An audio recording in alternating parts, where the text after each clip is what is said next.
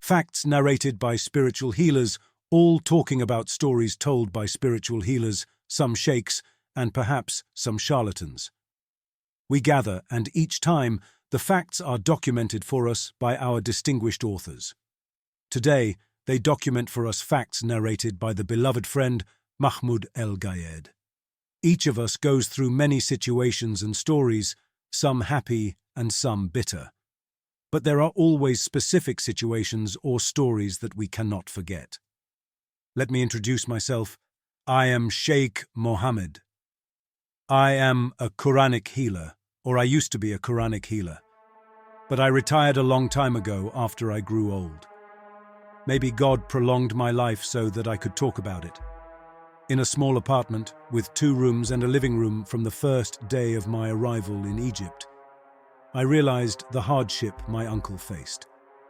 He used to say a proverbial expression that roughly translates to, "The butcher's daughter doesn't lack corpses." Determined, I decided I must find a job. I began searching newspapers and magazines for any job opportunity until I came across an advertisement by a producer named Mr. Zakaria. At that time, Mr. Zakaria was producing a new play and was looking for young actors and fresh faces. I applied for the auditions, and thankfully, I was one of the chosen ones. I landed a small role in the play and received a salary. The first sum of money I earned from the world of theatre was a success, and my role attracted the audience's attention. As days went by, producers began to notice me, and I started working more and more. Without delving into financial details, my financial situation improved significantly, and I started getting bigger roles. Eventually, I became a leading star. During this time, I had already left my uncle's house after giving him a respectable sum of money. He bought himself a nice apartment, a reward from me for accommodating me during the past period. As for me, I moved into a nice apartment in a building close to the filming studios, specifically near the Copper Studios. Next to the apartment where I lived, there was another apartment where Dr. Nasser lived. He was a young doctor, a few years older than me, and it was clear he was very respectful. However, there wasn't much conversation between us except for basic greetings like good morning, good evening, or good night. Even when he tried to engage in conversation, I would respond briefly because my focus was on my art and acting. Frankly, I didn't think about anything else. One night, I returned from work around midnight or 1 a.m. after finishing shooting on location. It wasn't too late, by the way. I entered the kitchen to prepare some food because I was very tired and hungry. The breaks we had during filming barely allowed me to continue, but I needed to eat. I took a painkiller for my headache, and suddenly, I saw a vision of something passing by me quickly and heading towards the living room. I turned around swiftly but found nothing. I thought it might also be my imagination playing tricks, so I picked up the food tray. Then I heard a whisper-like voice calling my name, or what I assumed to be my name, Shams. The voice sounded eerie, and I focused on it. It seemed to be coming from my bedroom. I noticed that the room's light was on, although the door was closed. The light seemed to seep from under the door. I was sure that the bedroom light had been off just a moment ago. I got up and cautiously moved towards the bedroom, taking one step and then another, feeling afraid. Ultimately, I opened the door and entered. Thank God, I found nothing suspicious, no thieves or anything as I had anticipated. However, as I was about to leave, I noticed something moving behind the bedroom curtain. At that moment, my whole body froze. Voices echoed in my head, some urging me to run and escape, others telling me to stay and see what was happening. Despite the fear, I decided to see what was behind the curtain. Trust me, Sheikh Mohammed, it wasn't bravery on my part, but rather a desire to get it over with, because if I left the apartment, I knew I would never return. I approached slowly and cautiously, grasping the edge of the curtain and pulling it once. There was nothing to wrap around, but in front of me stood a figure, completely black and featureless, facing me with an expressionless face.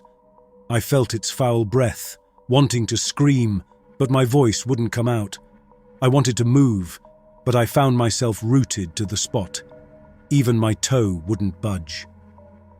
After a while, a terrifying, eerie whisper emanated from the figure, culminating in a scream. In less than a second, the door shook, the light went out, and darkness enveloped the room. I was left trembling in the darkness, surrounded by fear and horror. I couldn't speak. I couldn't even pray. I just prayed silently, asking God to save me from within, from my own being. I felt a hand, though I couldn't see it, grabbing my neck, lifting me off the ground. The hand was scorching hot, like burning coal. It was suffocating me, and I couldn't breathe. My breaths were disjointed, and I emitted groans as if my soul was being dragged out of me, one by one. Then, suddenly, I felt a jolt, and I fell to the ground. The light returned, and I found myself on the bedroom floor, with nothing out of the ordinary around me. It was as if I had fallen from the bed while asleep. I rushed out of the apartment, grabbed my robe, and, indeed, as soon as I opened the door, I felt intense pain in my head and the world spun around me. I would have collapsed if Dr. Nasser hadn't appeared at that moment, rushing to my aid. He supported me and asked what was wrong. I told him, "Please, I don't want to go inside. There's a demon in there." He looked puzzled, smiled, and said, "With a human being like you, I'll enter."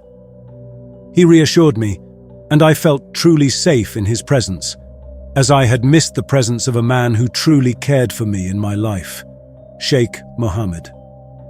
I recounted everything that happened to him, and he examined me, saying that the headache was likely a result of stress and could potentially induce hallucinations.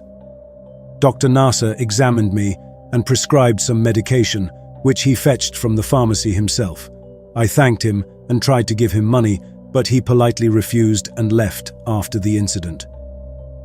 Sheikh Mohammed, my relationship with Dr. Nasser took a 180-degree turn after that. We started meeting and talking frequently, and eventually he asked for my hand in marriage. However, he stipulated that after marriage, I must not work, stating it was his condition for marrying a woman who worked. His words were convincing, and I agreed to his condition. I didn't realize the sacrifice I was making at that time, but I accepted, and we got married. We opened our apartments to each other and lived the happiest days of my life. But what happened afterward, I couldn't have imagined anything so terrible, so terrifying. After 3 months of our marriage, I started hearing strange noises in the apartment that hadn't happened before. In the absence of Nasser, I hesitated to say anything, fearing he might call me a coward or attribute it to my absence. Eventually, I returned to work. One day, while I was on the phone, Mr. Zakaria, the producer, was trying to persuade me to return to work again. Suddenly, I saw in the mirror a girl wearing a wedding dress, stained with blood. She looked terrifying, with white hair and laughing in a strange way. The phone slipped from my hand, and I screamed loudly as the girl vanished. I couldn't understand if it was an illusion or something else. Mr. Zakaria was shouting and kept asking, "What's wrong with you?" I told him it was nothing, but I imagined something like that. He then asked me to be the heroine of his new play. I politely declined, telling him I had retired, which was a condition of my marriage. I agreed to that condition and was happy with my life, not wanting to return. He said, "Anyway, it's up to you. Whenever you want to return to the theatre, it will be under your tomb." The man was speaking with the utmost politeness, because even when I quit my job, I quit after I finished my role and did everything required of me. But suddenly something snapped in my mind, and I told him the world was turning upside down. What's happening is not about making a living, it's about survival. Then Nasser entered the apartment, threw himself on the chair next to me and said, "It's been a very tiring day." I told him, "Every day you come back saying those two words. Why don't you leave the hospital job and let me return to acting? We'll live happily ever after." He refused and said, "I won't accept my wife working." There was a little argument, and then, amidst the conversation, the neighborhood started talking, and I told him I started feeling that something strange was happening in the apartment. He kept telling me it was just my imagination because I was sitting alone, but tomorrow, when our son succeeds, you'll be proud of him. I said, "Oh God, Nasser, I want to be a mother." I said that and turned to look at the mirror and froze and said to Nasser, "Nasser, look, this is white hair on my head. I want to tell you, Sheikh Mohammed, that when I was young and still a teenager, I didn't have white hair. But I was surprised to find my hair white, or maybe 2 or 3 strands appeared on the back of my head, clearly visible. For any woman, the appearance of white hair, Sheikh Mohammed, is a disaster. Not to mention that I am a little overweight, so I told him I've grown old and couldn't keep up. He laughed and said, "For me, if you have 1,000,000 years, you're still..." "My dear, you seem stressed. Come, let's go out, change the atmosphere, and have dinner somewhere outside the house and forget about this problem." Indeed, I changed my clothes and we went out to dine at a restaurant nearby. It was a pleasant time and we returned late at night. The next day, I waited for Nasser to leave for work. Then I brought incense, perfumed the house, and left the incense burning while I opened the radio to the Quran station. Music. I felt a sense of peace and entered the bathroom to take a shower. While I was showering, I noticed the water starting to get hot suddenly, with no warning. I swear to God I didn't turn on the water heater or anything. I was about to get burned. I quickly turned off the water, but the steam filled the bathroom, and I stood there as if in a fog, unable to see anything in front of me. Amidst the fog, I glimpsed a figure standing still, like a statue. I stood there, afraid, telling myself, is this the beginning of madness or what? The figure moved towards me step by step, and its features became clear. It was the same terrifying girl in the wedding dress, but her eyes were red as blood and she was crying. Then she disappeared into the steam. I ran out of the bathroom without even getting dressed and went into my room, locking the door behind me. I grabbed the phone and called my husband. As soon as he answered, I told him urgently, "There's something in the house. Come quickly." He kept arguing with me about whether it was his house or mine, saying he was at the hospital finishing some work. I hung up and barely had time before someone started banging on the door. I didn't think, I just opened the door and Nasser came in, but he looked strange, his hair disheveled as if he had been in a fight and there was blood on him. When I saw that, my heart raced and I asked him what happened. He told me he had been in an accident and rushed home because he was driving the car too fast, all because I told him. Obviously, his guilt was eating him alive. I said, "Well, you're okay now, right?" His response, Sheikh Mohammed, was the strangest thing I've ever heard in my life. He said to me, "I've had an accident. I'm dead." And he grabbed my neck with both hands and started strangling me. I couldn't breathe anymore, feeling like I was suffocating and about to die. And at the same time, Nasser's features began to change into extremely monstrous ones, blending with the features of the girl who appeared to me. I struggled, trying to resist, but I couldn't figure out how to get rid of him. I don't know if I kicked him with my foot or what happened, but suddenly I ran to the bedroom door. It slammed shut in my face and I tried to open it, but it wouldn't budge. I tried several times, but it wouldn't open. I quickly ran from, like burning coal. It was suffocating me, and I couldn't breathe. My breaths were disjointed, and I emitted groans as if my soul was being dragged out of me, one by one. Then, suddenly, I felt a jolt, and I fell to the ground. The light returned, and I found to leave for work. Then I brought incense, perfumed the house, and left the incense burning while I opened the radio to the Quran station. I felt a sense of peace and entered the bathroom to take a shower. While I was showering, I noticed the water starting to get hot suddenly, with no warning. I swear to God, I didn't turn on it, and in my haste, I bumped into someone. It was Nasser, my real husband, who was shocked by my appearance. I looked at him, bewildered, and then turned to look at my bedroom door, collapsing in front of it. When I regained consciousness, I told him everything that had happened, and he checked my room, but nothing was there. He reassured me, and we left the house. "Let's go, we're leaving," I said, on the verge of losing my mind. "We're leaving, Nasser." Or maybe I had already begun to lose my mind, telling you what I'm telling you. "Let's travel. I want to go, stay with my family in the village for a couple of days. Maybe my nerves will calm down." "Don't worry," he said. "Do whatever you think is best." The next day, Sheikh Mohammed, I traveled to my mother's in the village. I forgot to tell you that I bought a big house for my family, and we're currently living in it. Anyway, when I entered, my mother welcomed me warmly and kept asking about Nasser, my husband, and if there was any pregnancy, like any mother would. I answered her questions until she got tired of asking. I went into my room to sleep, and my family had arranged a room for me. I asked my mother for a radio and tuned it to the Quran station and slept.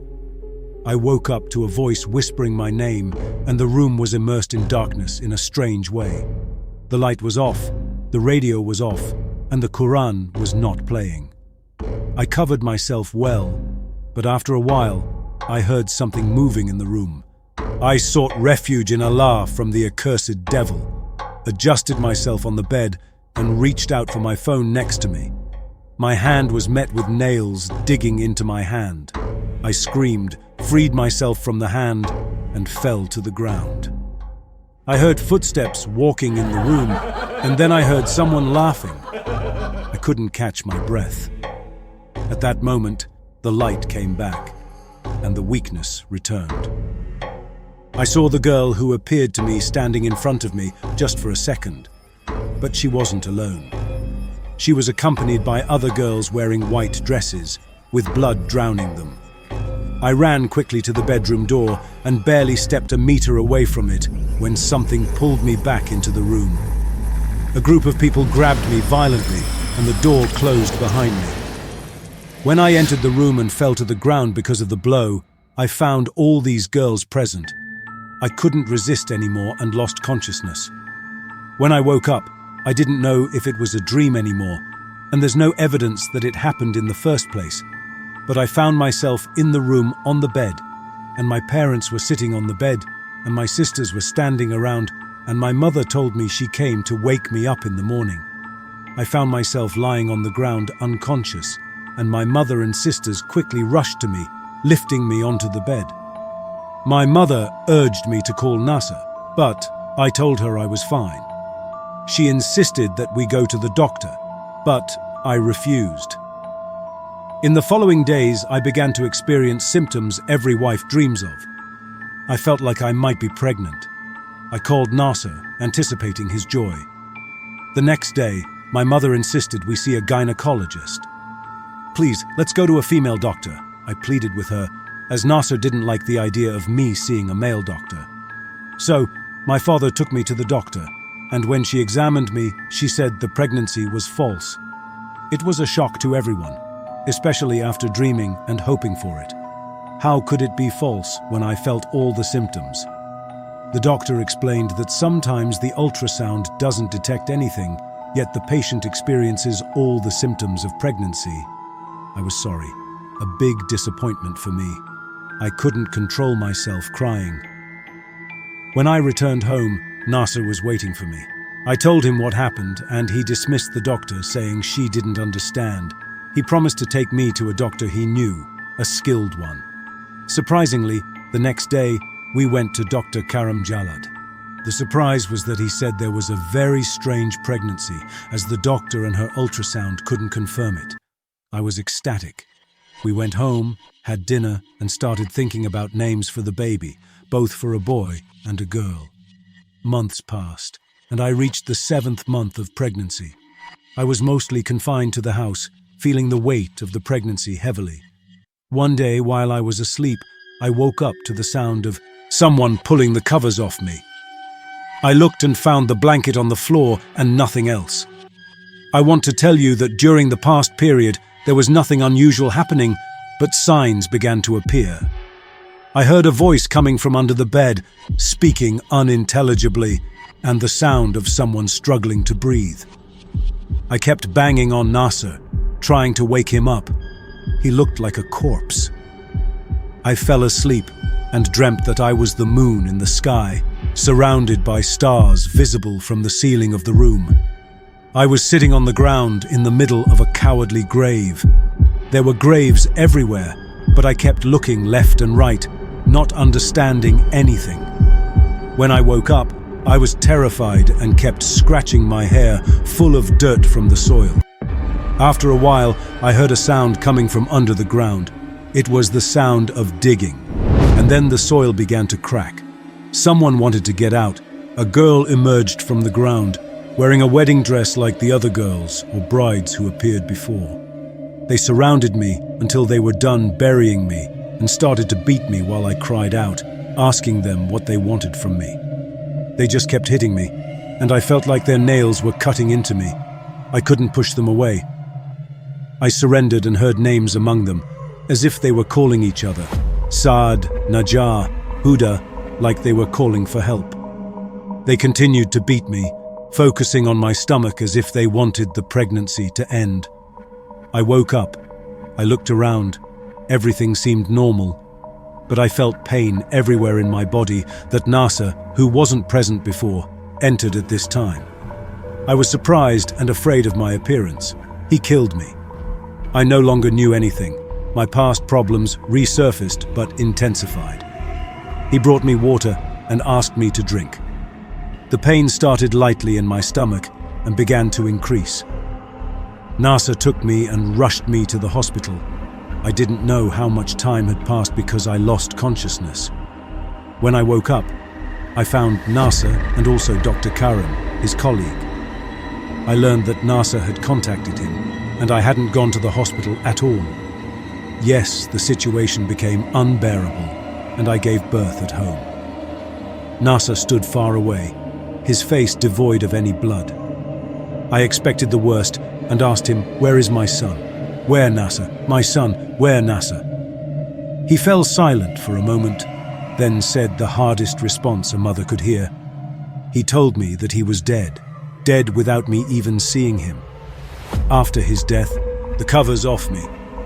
I looked and found the blanket on the floor and nothing else. I want to tell you that during the past period, there was nothing unusual happening. Depression, Sheikh Mohammed. I didn't go out at all, separated from the world, and my relationship with Nasser became lukewarm. I used to scream at him a lot, and he bore it, always trying to console me until the second tragedy occurred. Nasser disappeared. Yes, disappeared without a trace. He used to disappear a lot lately, citing work excuses. But suddenly, he left for work and didn't come back that day, or the next, or the third. I started going out looking for him. I looked in the mirror. My face was pale. My arms had bruises, dark circles under my eyes, terrifying. I changed my clothes, left the house and went to ask about him at the hospital where he claimed he was working. But to my surprise, they told me there was no doctor with that name or those specifications in the hospital. I was lost. All I could do was file a report with the police, providing them with my address and phone number. I waited for a week, Sheikh Mohammed, and I won't lie to you. I was close to giving up hope of finding Nasser after searching everywhere with no trace of him. I don't know if he's alive or dead or where he went until one day I decided to search his office. I broke into his locked desk drawer, which he never liked anyone to be near, and to my surprise, among the papers, I found strange writings, like those in movies, with incantations and talismans, weird drawings, and in the middle, a pentagram with numbers and triangles and wires and lines intertwining. And pictures of girls, brides wearing wedding dresses as if they were getting married. Each picture had something written on it in every corner, which I couldn't understand. Sajam Azaz o Kumush Bemis. I don't know, Sheikh Mohammed, if the pronunciation I gave you is correct or not. I kept searching in the drawer until I found the names of these girls and their addresses. I didn't understand what it meant. The next day, as soon as dawn broke, I took my car and went to the first address, a girl named Amira. Amira's name was one of the names I heard, along with others, in the nightmare. I arrived at the address and stood in front of the door, ringing the bell. A man in his 60s opened the door, suspicion and doubt evident in his eyes. He said he knew all the classmates of his daughter Amira from university. "Who are you? What exactly do you want?" I saw the girl who appeared to me standing in front of me just for a second, but she wasn't alone. She was accompanied by other girls wearing white dresses, with blood drowning them. I ran quickly to the bedroom door and barely stepped a meter away from it when something pulled me back into the room. A group of people grabbed me violently and the door closed behind me.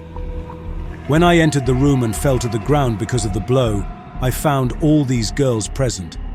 I couldn't resist anymore and lost consciousness. When I woke up, I didn't know if it was a dream anymore, and there's no evidence that it happened in the first place. But I found myself in the room on the bed, and my parents were sitting on the bed, and my sisters were standing around, and my mother told me she came to wake me up in the morning.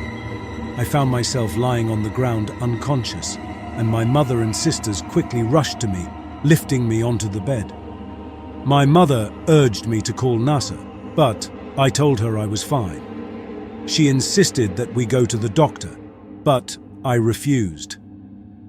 In the following days, I began to experience symptoms every wife dreams of. I felt like I might be pregnant. I called Nasser, anticipating his joy. The next day, my mother insisted we see a gynecologist. "Please, let's go to a female doctor," I pleaded with her, as Nasser didn't like the idea of me seeing a male doctor. So, my father took me to the doctor, and when she examined me, she said the pregnancy was false. It was a shock to everyone, especially after dreaming and hoping for it. How could it be false when I felt all the symptoms? The doctor explained that sometimes the ultrasound doesn't detect anything, yet the patient experiences all the symptoms of pregnancy. I was sorry. A big disappointment for me. I couldn't control myself crying. When I returned home, Nasser was waiting for me. I told him what happened, and he dismissed the doctor, saying she didn't understand. He promised to take me to a doctor he knew, a skilled one. Surprisingly, the next day, we went to Dr. Karam Jalad. The surprise was that he said there was a very strange pregnancy, as the doctor and her ultrasound couldn't confirm it. I was ecstatic. We went home, had dinner, and started thinking about names for the baby, both for a boy and a girl. Months passed, and I reached the 7th month of pregnancy. I was mostly confined to the house, feeling the weight of the pregnancy heavily. One day, while I was asleep, I woke up to the sound of... I couldn't tell him who I was, but I just wanted to talk to her, a matter of life or death. Okay, since it's a matter of life or death, it's death because Amira died 2 years ago. I couldn't grasp the situation. The man supported me because I was confused. I entered and sat down, my nerves trembling. I told him everything and said, I know someone named Dr. Nasser. No, my dear, I don't know anyone by that name. Okay, sir, you're dead now. How did Amira, my daughter, marry 3 years ago, and after her marriage, everything changed? She lost faith in herself. I started noticing bruises on her, similar to the ones on your arm, and dark circles under her eyes. I realized there were problems between her and her husband. I used to let her stay with me at night. She would wake up frightened and keep taking pictures and talking to herself. When I approached her, she would scream. The situation became difficult, out of control. I took her to more than one doctor, but it was no use. I tried my best not to neglect her, but whenever I did, even for a minute, something bad happened, until she died, a year after her marriage. One thing I want to see is a picture of her husband. He brought me a picture of her husband, Sheikh Mohammed, and as you and surely everyone would expect, it was Nasser, my husband. Nasser, is that you? No, my dear, he told us his name was Omar, and he works as an engineer. I couldn't respond to him. I didn't know what to say. I left, trying to comprehend the immense sorrow and disasters I kept hearing about. I went to another address, named Wafa. I arrived, stood in front of her apartment, rang the bell, and knocked on the door, but there was no response. I kept knocking. No one answered.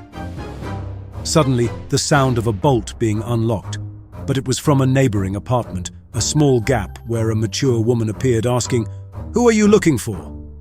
"I'm looking for Professor Wafa, don't you know her?" "May Allah have mercy on her, my dear. She died a few years ago. She died in her prime, a year after her marriage." I showed her a picture of Nasser and said, "This is her husband." "Yes, that's Professor Taufik. He was a good man." Another one, Sheikh Mohammed, whose name I found, turned out she died a year after her marriage, and the one she married was Nasser, but under a new name. I went home and didn't know what to do.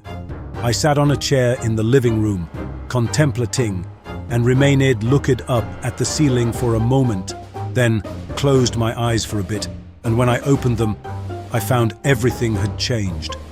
Suddenly, I found myself standing in a strange house.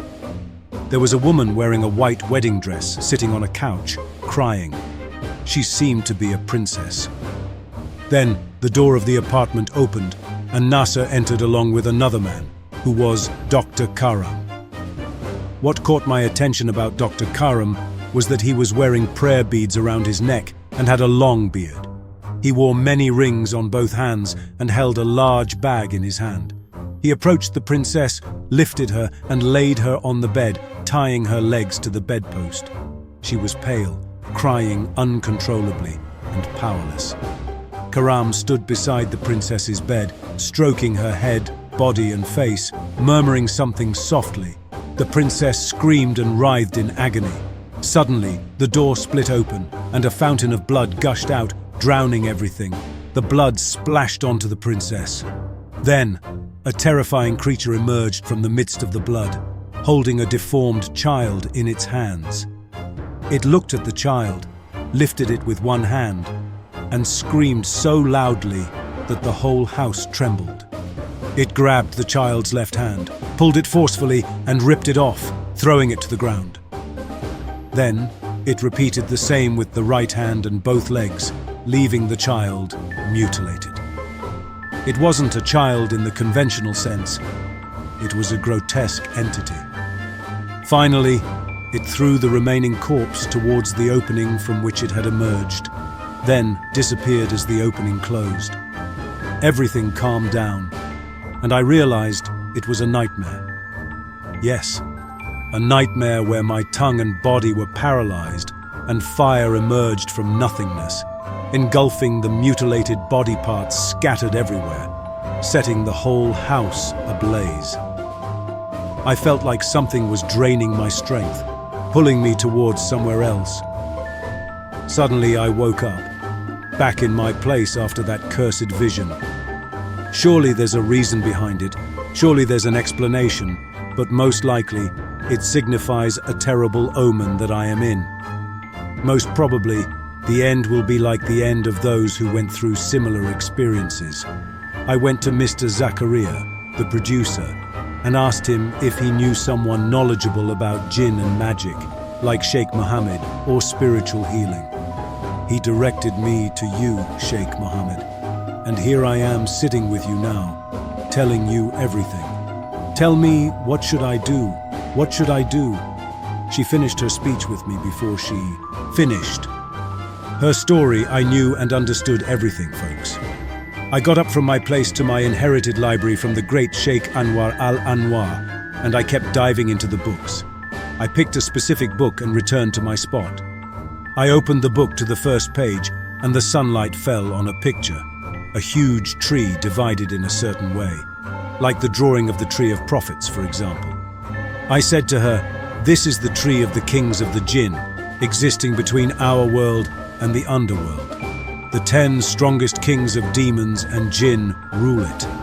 Inside it reside the souls of all Jinn kings, the sick and demons.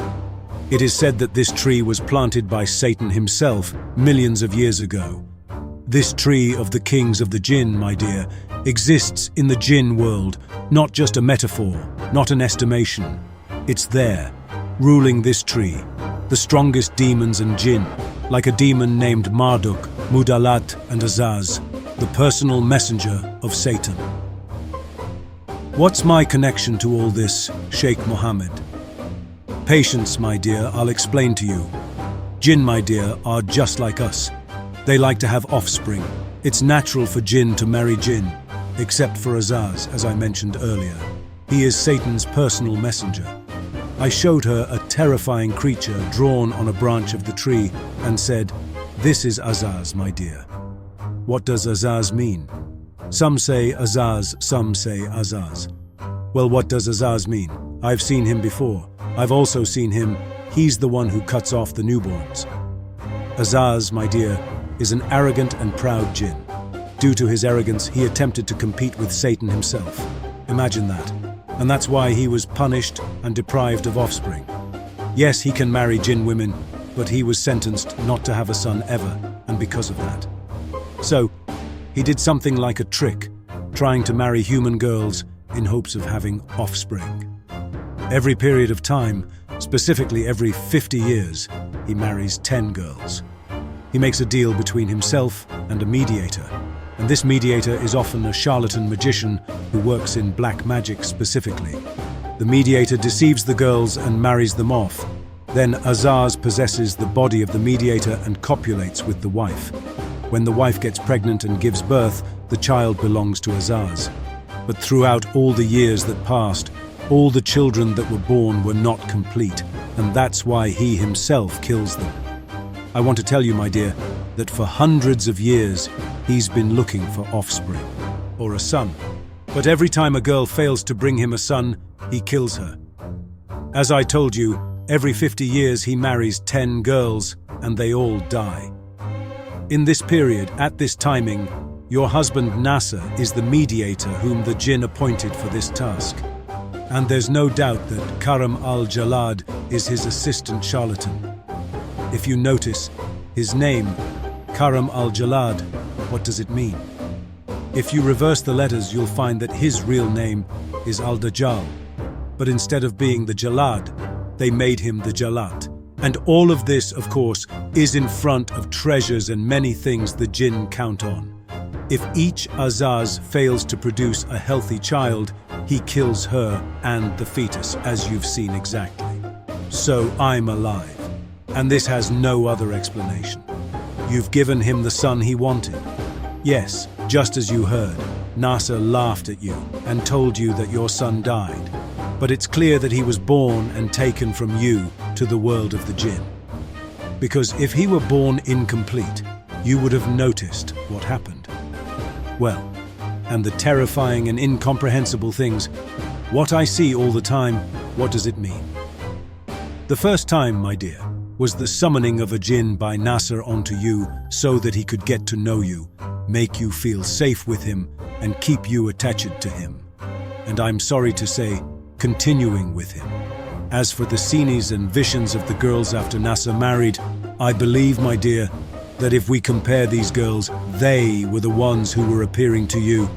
God knows, warning, distancing, and frightening you. So that's why they let you see the vision of Princess and see what happened to her and how she died. God knows, my dear, Shams, or Professor Eunice, was in a severe shock while hearing all of this from me. And she asked me, "What should I do? What should I do?" "The action is from God, my dear," I said. "Say, we will be afflicted only by what God has decreed for us. This is predestined and written, and what happened, happened, my dear. Forget everything that's past and live your life. There's nothing in your hands or in mine that we can do. Everything is clear that it's over, and he took the son that he had been waiting for a long time. What can you do? Return to your life, my dear, above all, from the situation you're in. Nasser won't show up, nor his name will be mentioned again. He's finished his task. So, he might think of coming to me to have another child, for example. I don't know, my dear. And that's the end of the story of the artist. Shams, who married a Jinn, and we later found out that she suffered from depression for a certain period, got admitted to a mental hospital, and then she came out, lived with the Damietta tribe, and died while she was in her 40s. Although this story happened, and nobody talks about it much. I chose, my son, my Eunice, to send it to you to warn all the girls. Tell the upcoming girls who are about to get engaged and married. Search well, get closer to God, so that God protects you from anything. God has extended my life for this moment, and to warn you, and I send it to you to ask why, Eunice. I tell you, I feel that what the actress Shams, whom I named Shams, when she said to me that if he wanted another child, would he wait for 50 years, or could he come back soon? I felt like this talk was real, especially when a very famous singer came to me, very famous, with lots of problems. She was strong, and she told me something similar to what the artist told me. I don't know what his specialty is. My son, is he an artist or what?